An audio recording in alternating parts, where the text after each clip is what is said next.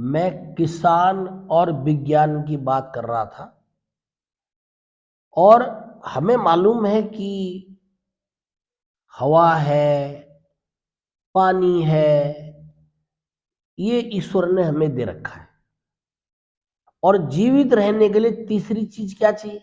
भोजन। तो भोजन हमें कौन दे रहा है? किसान।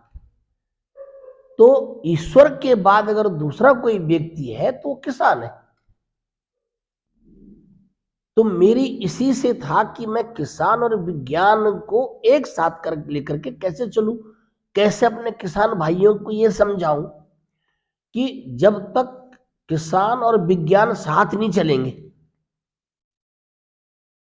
तो जो रिजल्ट्स, जो परिणाम हमें चाहिए वो मिलने मुश्किल हो जाएंगे। इस बात को हमारे किसान भाइयों को भी समझना है कि एक वैज्ञानिक शहर में रह करके प्रयोगशाला में दिन भर प्रयोग कर रहा है और उसके दिमाग में केवल एक बात है कि मैं अपने किसान भाइयों को किस प्रकार से मदद दे सकता हूं, मेरी कौन सी रिसर्च किसान भाइयों को आराम से कृषि कार्य करने में मदद कर सकती है, उनका उत्पादन कैसे बढ़ा सकती है, उनकी इनकम कैसे दुगनी तिगनी और चौगुनी हो सकती है, ये हमारा वैज्ञानिक कर रहा है। तो वैज्ञानिक शिक्षा, वैज्ञानिक ढंग से खेती, तो ये किसान भाइयों को ये समझना है। अब आप उदाहरण के लिए मान लीजिए कि देखिए, आप बहुत ही, मेरे पास आंकड़ा ये कहता है कि 1947 में, 1947 में जब हमारा देश आजाद हुआ तो उस समय जो गेहूं का उत्पादन पर एकड़, यानी कि प्रति एकड़ जो है वो 270 किलो होता था और आज वही उत्पादन जो है पर एकड़ 1200 केजी हो रहा है, यानी कि 4 गुना के आसपास। तो विज्ञान ने किसान का साथ दिया। राइस, उस समय जो चावल का उत्पादन होता था 280 किलो चावल पर एकड़ होता था, 1947 की बात कर रहा हूं मैं। और 2025 में आज जो है वो 1400 केजी पर एकड़ हो रहा है, प्रति एकड़ उसकी उत्पादन हो रही है। ये जो है मेरे अपने आंकड़े नहीं है, ये तो प्रेस ब्यूरो के आंकड़े हैं। और ये ऐसा कैसे संभव हुआ? जब किसान ने विज्ञान और वैज्ञानिक तरीके से खेती करनी शुरू की तो हमारा जीवन जो है वो मिलजुल करके चलता है। मैं स्पेशली ये बताने की कोशिश कर रहा हूं और किसान भाई इस बात को जानते भी हैं और वो इस बात से एग्री भी करेंगे कि केवल ट्रेडिशनल खेती करने से हम वो परिणाम हासिल नहीं कर सकते जो हमें एक्चुअल करने चाहिए। अभी देखो, इतना सारा गन्ना पैदा होता है हमारे नॉर्थ इंडिया में, खासकर वेस्टर्न यूपी में तो अगर आजकल चले जाइए तो ट्रॉली की ट्रॉली और ट्रक के ट्रक भरे होते हैं जो गन्ना जो है वो शुगर मिल में जाता है। और खतौली शुगर मिल तो जो है वो एशिया की सबसे बड़ी शुगर मिल है। अभी कुछ दिन पहले मेरे वहां के जो एक्स चेयरमैन खतौली मिल के थे, ऋषिपाल भाटी जी, उनसे बात हो रही थी।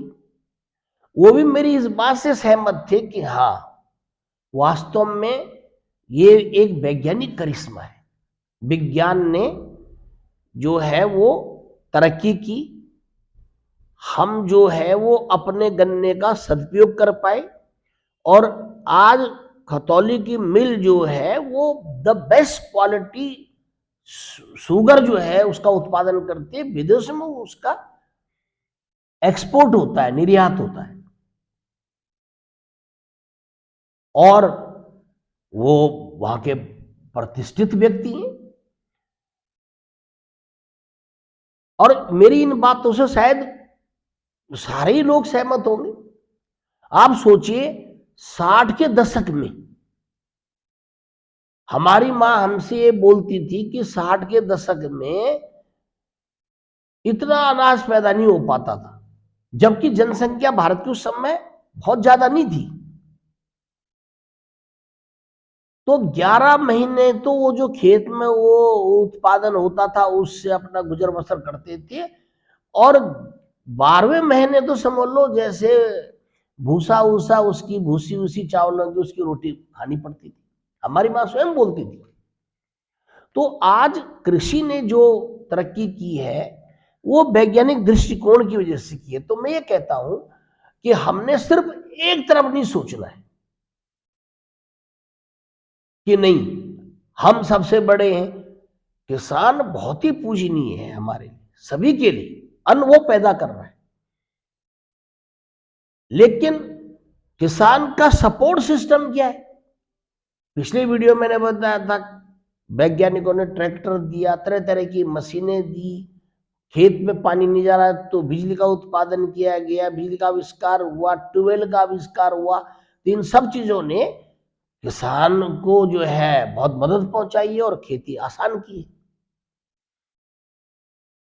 तो कुल मिलाकर के मैं ये कहना चाहता हूं कि हमें हम जब तक इस देश को इस नजरिए से नहीं देखेंगे कि कोई भी काम हो, अभी तो मैं केवल किसान की बात कर रहा हूं, लेकिन कोई भी कार्य हो, जब तक हम वैज्ञानिक शिक्षा दृष्टिकोण से वैज्ञानिक शिक्षा को प्रोत्साहित नहीं करेंगे, तब तक जो प्रगति है वो रुक जाएगी। किसी कवि ने बोला है या किसी बहुत फेमस व्यक्ति ने बोला है कि रुपया पैसा कुछ नहीं होता है, वो भगवान नहीं है।